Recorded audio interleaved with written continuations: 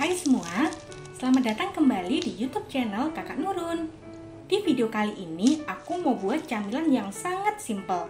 Masih pakai kulit pastry dari video sebelum ini. Mau tahu cara buatnya? Tonton sampai habis video ini. Jangan lupa subscribe channel YouTube Kakak Nurun. Like dan share video ini juga ya. Yuk langsung kita buat menunya. Taburi sedikit tepung terigu di atas baking mat. Ambil satu lembar adonan puff pastry ukuran 15 x 12 cm. Pipihkan hingga ukurannya menjadi 18 x 20 cm.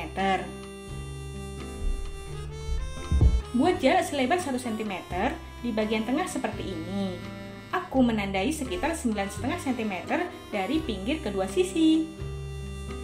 Lipat adonan ke tengah seperti ini. Rapikan bagian pinggirnya. Lalu lipat juga sisi satunya.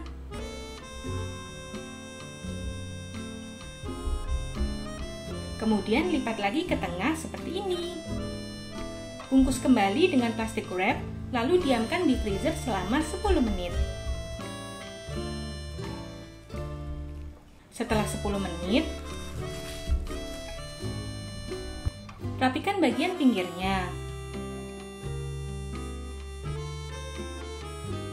Iris adonan dengan lebar sekitar 1 cm.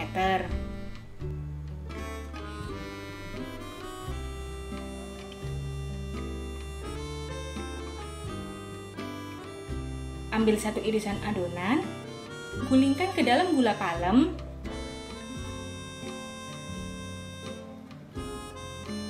Kemudian tata di dalam loyang yang udah dialas kertas roti.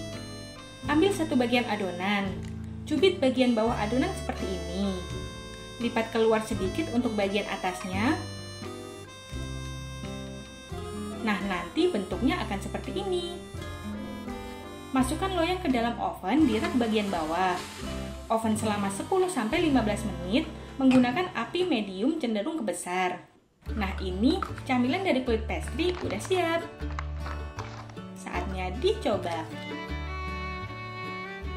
Camilan ini crispy banget.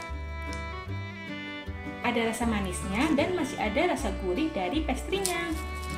Enak banget, apalagi dimakan selagi masih hangat. Proses pembuatannya juga simple banget. Recommended untuk dicoba. Terima kasih telah menonton video ini. Sampai bertemu di video selanjutnya.